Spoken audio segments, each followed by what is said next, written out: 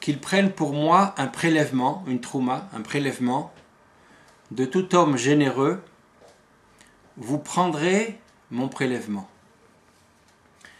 Que ce soit de l'or, de l'argent, de l'airain, du pourpre, du lin, des peaux, de l'huile, des aromates, des pierres précieuses. Et avec tout ça, bien sûr, le clan d'Israël va faire un sanctuaire, un mikdash, pour que Dieu puisse résider au sein des Béné Israël. Ils vont donc construire un mishkan, un tabernacle, pour permettre au Dieu Tout-Puissant de résider ici sur terre. Et bien sûr, ce mishkan qui va accompagner les Béné Israël dans leur périple avant de rentrer, pendant les 40 ans qu'ils ont passé dans les déserts avant de rentrer en Eretz Israël.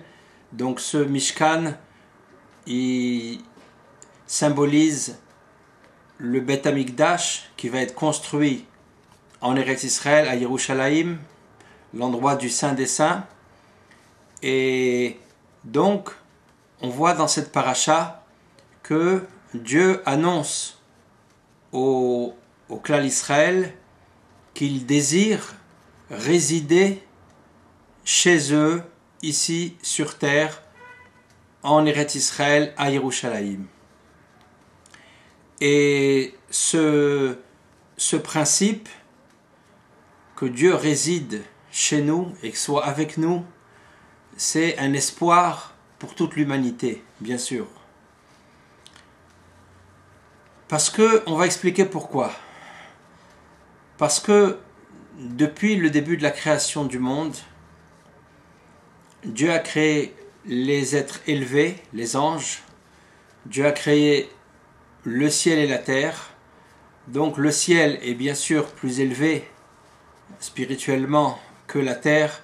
Les anges sont bien sûr plus élevés que des animaux.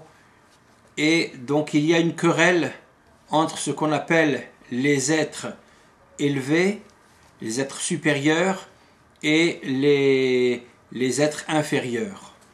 Il y a cette querelle entre les éléments aussi, donc le ciel et la terre, l'eau aussi, il y avait les eaux supérieures et les eaux inférieures, et il y a toujours eu cette querelle, c'est-à-dire les inférieurs demandent qu'est-ce qu'ils ont fait pour être eux en bas, et donc eux aussi voudraient être près de Dieu, puisque les supérieurs sont plus près de Dieu.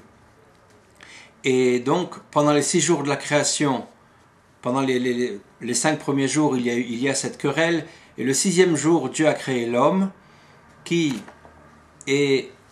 contient en lui, en même temps, ensemble, les êtres supérieurs et les êtres inférieurs, c'est-à-dire que l'homme contient en lui une âme qui est attachée aux êtres supérieurs et un corps physique qui vient de la terre, un corps animal on va dire, qui est attaché aux êtres inférieurs.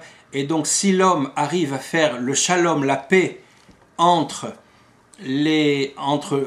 lui-même d'abord, donc c'est lui, il va amener la paix dans tous les univers.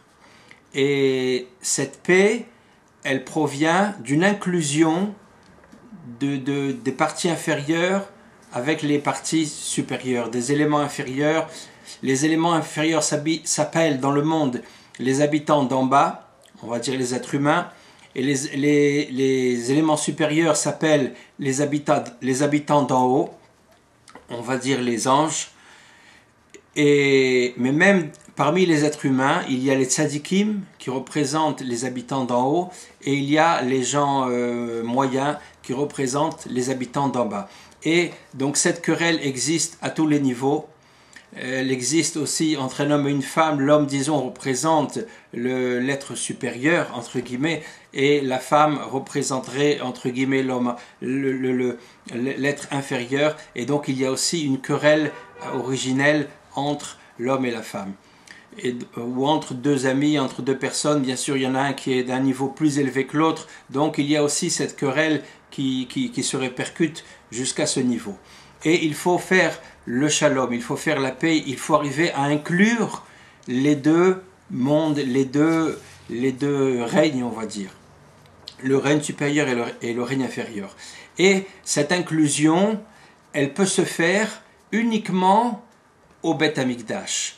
C'est ça la particularité du Beth Amikdash, c'est l'endroit propice pour faire cette inclusion. C'est-à-dire qu'on dit, les Chachamim nous ont dit qu'au Beth Amikdash, il y avait les gens d'en haut étaient en bas, puisque Dieu lui-même descendait en bas pour respirer le parfum, la bonne odeur qui sortait des corbanotes, et les gens d'en bas étaient en haut, c'est-à-dire que même un animal, une vache, était amenée comme sacrifice et elle produisait une bonne odeur pour Dieu. Donc l'endroit du Beth Amikdash s'appelle les Elyonim, les Mata, les gens d'en haut en bas, et les Tartonim, les Maala, les gens du bas vont être en haut. Donc c'est-à-dire il y a une inclusion, un nivellement, on va dire,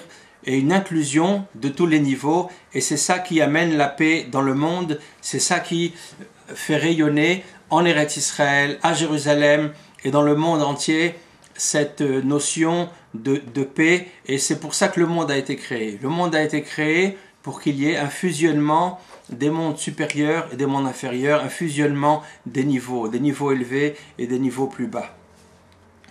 Et bien sûr que il y a, c'est-à-dire le but du Beth Amikdash, c'est de donner la crainte de Dieu, puisque c'est le but aussi de Dieu veut qu'on le craigne. C'est l'amour de Dieu, il est donné, on va dire, naturellement, mais la crainte de Dieu, c'est quelque chose qu'il faut chercher à obtenir par un travail personnel. Et donc, il faut arriver à la crainte de Dieu, et la crainte de Dieu vient aussi précisément quand on arrive à cette inclusion, d'arriver à associer la compréhension des gens d'en bas, des habitants d'en bas, et avec celle des habitants d'en haut. On va expliquer que les habitants d'en bas comprennent que la présence de Dieu remplit tous les univers. La présence de Dieu remplit, toute la terre. Et donc quand quelqu'un ressent cette compréhension, quand quelqu'un ressent cette lumière, alors il a premièrement confiance en lui, il sent que Dieu est là avec lui pour l'aider dans toutes les situations, donc cette personne ne se décourage pas. Cette personne sait très bien que même qu'elle est en bas, mais ça veut dire même qu'elle est dans les situations les plus complexes, les plus difficiles, mais elle va s'en sortir, elle va pouvoir s'élever, parce qu'elle sent que Dieu est avec elle à son niveau, même si son niveau est extrêmement éloigné, Dieu est là pour l'aider, et parce que la présence de Dieu remplit toute la terre. Et si quelqu'un sent cette lumière, alors il a une confiance en lui énorme. Et il a aussi une grande foi, une grande émouna, parce que cette lumière, c'est une lumière qui est pleine. C'est-à-dire que, comme on dit que la présence de Dieu remplit tous les univers, donc cette lumière, elle remplit la personne. Cette lumière doit donner à la personne un sentiment de rassasiement, un sentiment de plénitude. C'est ce qu'on dit pour la subsistance. On dit que pour la subsistance, que Dieu ouvre ses mains et rassasie toute créature de vouloir. Donc on peut se poser la question, on pourrait dire que Dieu ouvre ses mains et rassasie toute créature de pain ou d'un autre manger. Mais pourquoi on va dire qu'il rassasie toutes les créatures de vouloir? Alors ce passouk de Teilim nous symbolise que ce que Dieu donne, il le donne avec un bon vouloir. C'est-à-dire que quand Dieu donne quelque chose, il le donne pleinement et il n'y a aucun manque dans ce que Dieu donne. Parce que ce que chacun reçoit, c'est exactement ce qui est prévu pour lui, c'est ce qui est exactement ce qu'il lui faut, et c'est donné avec un bon vouloir. C'est ce qu'on voit donc dans cette parashat Trouma, qu'il faut aussi que les gens qui fassent une offrande pour construire ce Mishkan doivent le faire généreusement, d'un bon vouloir. Parce que Dieu aussi, ce que Dieu donne, c'est donné avec un bon vouloir. Et Dieu, bien sûr, quand il donne quelque chose, ça veut dire que cette chose-là, elle est pleine, elle n'a aucun manque. Et si on voit des manques, en fait, les manques, ils sont dus à notre façon de voir la chose. Et donc, c'est pareil pour la subsistance qu'on reçoit. En vérité, donc, Dieu nous donne pleinement ce qu'on a besoin, ce qu'il nous faut maintenant. Et il faut ressentir un rassasiement, c'est-à-dire il faut arriver à être content de son sort. Content de son sort, ça ne veut pas dire que c'est en dépit, c'est ce que j'ai et il faut que je me satisfasse, mais j'aurais bien voulu mieux. Non, il faut arriver à sentir qu'on a tout ce qu'il nous faut et qu'on ne manque de rien. Parce qu'en vérité, quand Dieu donne, il donne sans aucun manque. Quand la lumière de Dieu n'a aucun manque. Si on trouve un manque, ça veut dire qu'on manque de foi en fait. On manque de foi.